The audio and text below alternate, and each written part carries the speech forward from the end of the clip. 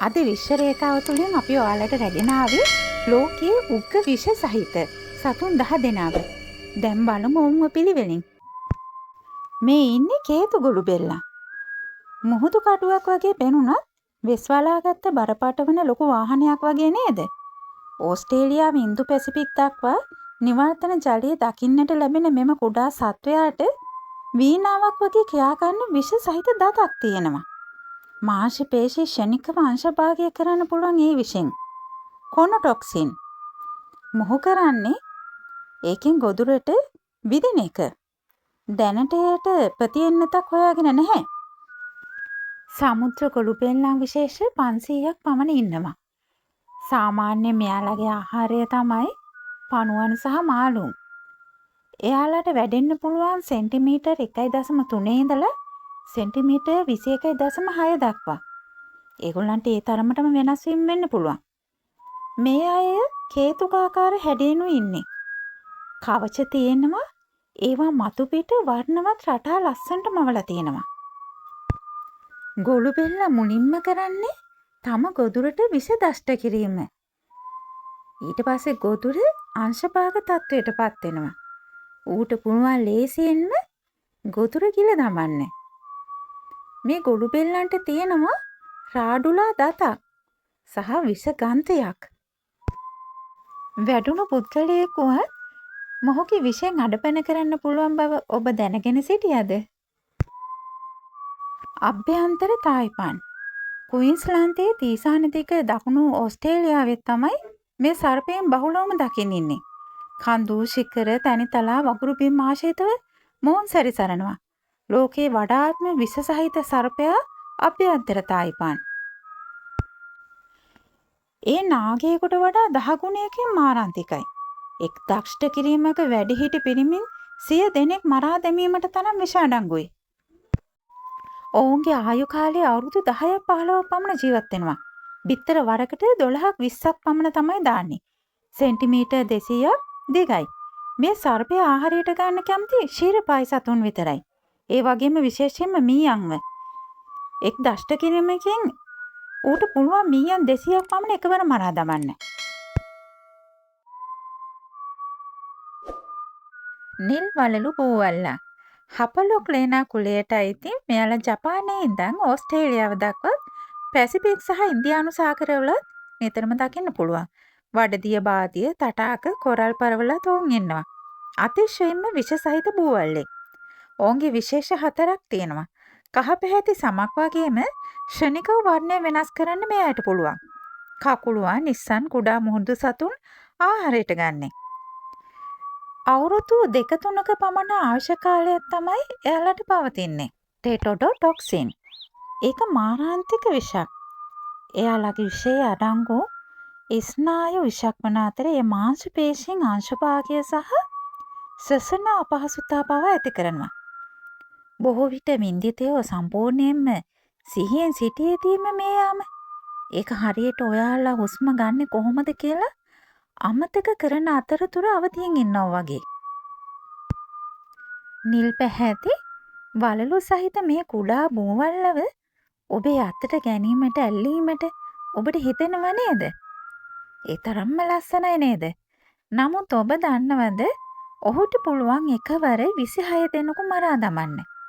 ඒ තරම්ම විෂ සහිතයි.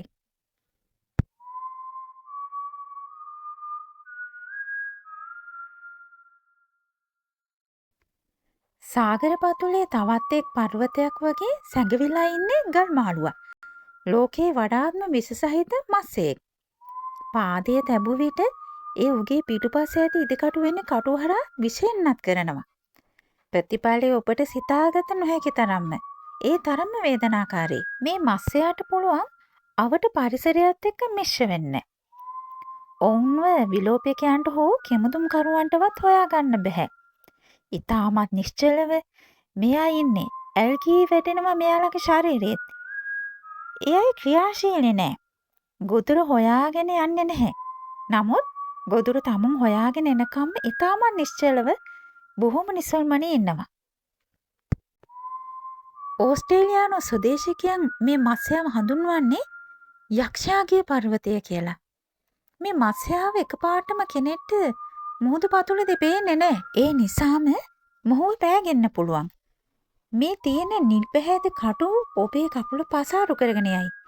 එයින් ඉදිමීම පටක මරණය පමණක් නෙමෙයි. හෘදයාබාධත් ඇති වෙනවා. ඒක මොකක් වුණත් ඔබ හොයාගන්න විට දැනටමත් ඔබ ප්‍රමාද වැඩි. මේ ඔයාලා දකින්නේ බ්‍රසීලියානු මකුළුවෙක්. ඔහුට ඉබාගාතේ යන මකුළුවා කියලාත් කියනවා. විශේෂයෙන්ම ඔවුන් ඉන්නේ දකුණු ඇමරිකාවේ ඇන්තිස් කඳුවැටියට නැගෙනහිරින් වනාන්තරවල. චිලි සහ උරුග්වේ රාජ්‍යවලත් ව්‍යාප්තයි. සෙන්ටිමීටර් 13 ඉඳන් 18 දක්වා වර්ධනය ප්‍රමාණයක් මෙයාලව පෙන්වනවා. මිලිමීටර් 17 ඉඳන් 48 දක්වා පරාසයක් ඔවුන්ගේ ශරීරයේ දිග පවතින්නේ. ඔවුන් දෂ්ට කළ පැය භාගයක් වගේ ඇතුළත ශරීරය පුරාම ඔවුන්ගේ විෂ දුවනවා.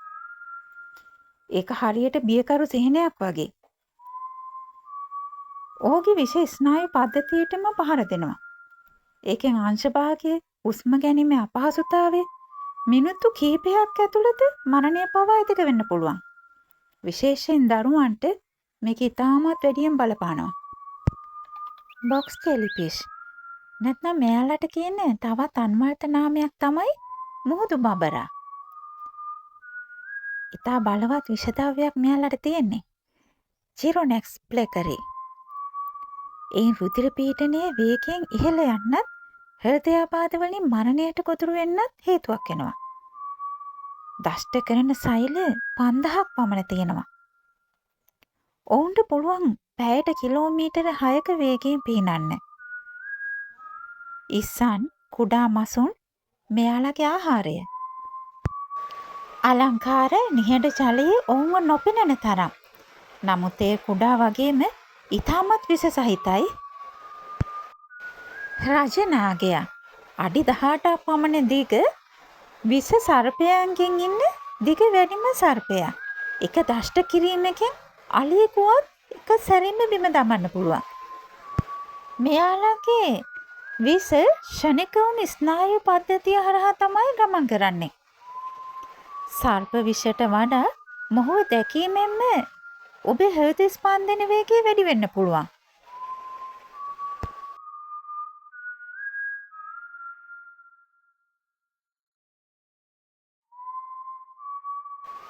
මේ සර්පයන්ට අනෙක් සර්පයන්ට වඩා වැඩි ආයුෂ කාලයක් තියෙනවා.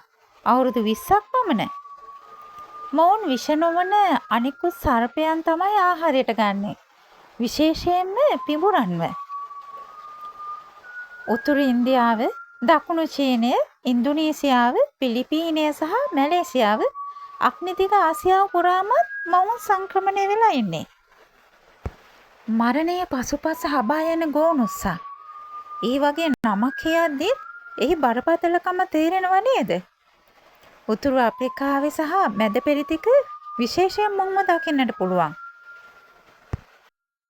ඔවුන් ඩුර්මන් හෝ නකාබි කාන්තාර ගෝනුස්සන් ලෙසත් මොවුන්ව හඳුන්වනවා.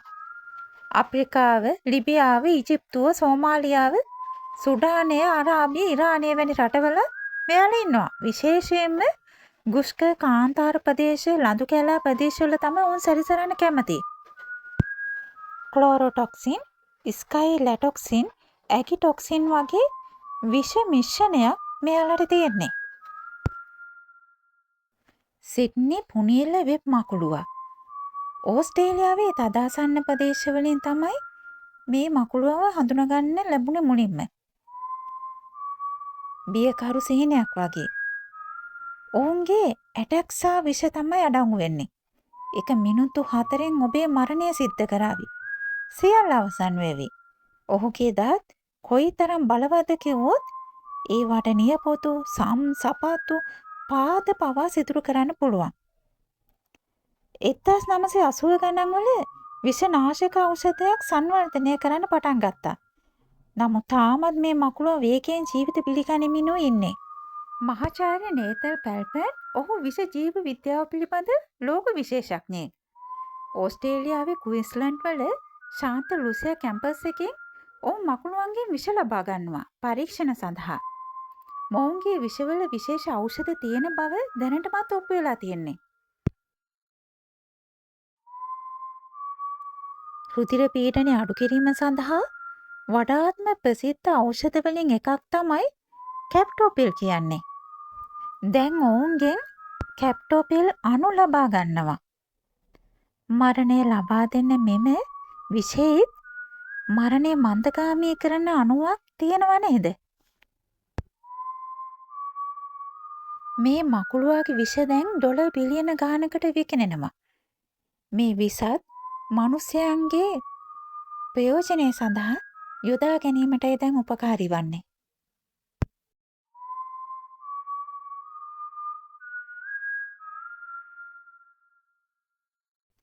ඉරුකාංජි ජෙලිෆිෂ්.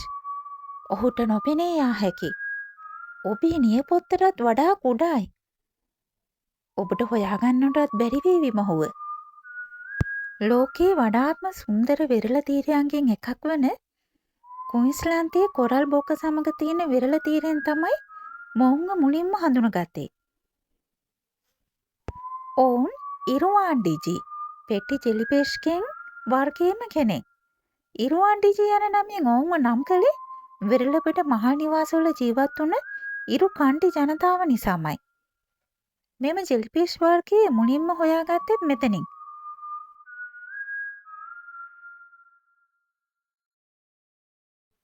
ඔවුන්ගේ විසෙන් සෑම වසරකම පුද්ගලයන් 50-100ක් අතර ප්‍රමාණයක් රෝහල් ගත කරනවා. ඒ වෙරළබඩ ප්‍රදේශයේ පමණක්. ඒ ජීවිතේ බේරාගන්නේ සුළු ප්‍රමාණයක් පමණයි. ඔවුන් ජලයේ පහටින් ඉන්න නිසා පිහින්ම කරුවන්ටවත් මේ ජෙලිෆිෂ් සොයාගන්න බැහැ. මිනිත්තු 5කින් ඔබේ හුස්ම වේගවත් වෙලා රුධිර පීඩනය වැඩි වේවි. ඔබට දැනේවි බොහෝ අපහසුයෙන් හුස්ම ගන්න බවක්. මරණය සීමා වෙන්නේ පැයක කාලයකට පමණයි.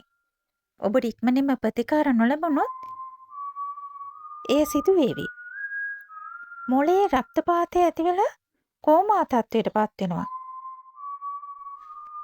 මේ ජෙලිෆිෂ් සොයා ගන්නා ලද විරල තීරයක් අද මේ වන විට ජන ශුන්‍යයි. අවදානම් කලාපයක් බවට පත් කරලා තියෙන්නේ. ඒ තරම්ම මොවුන්ගේ විෂ මාරාන්තික නිසාමයි. එයින් ජීවිතය ගලවා ගත්තත් සදාකාලිකම අංශභාගය තත්ත්වය උන්ට පැවතිය හැකියි.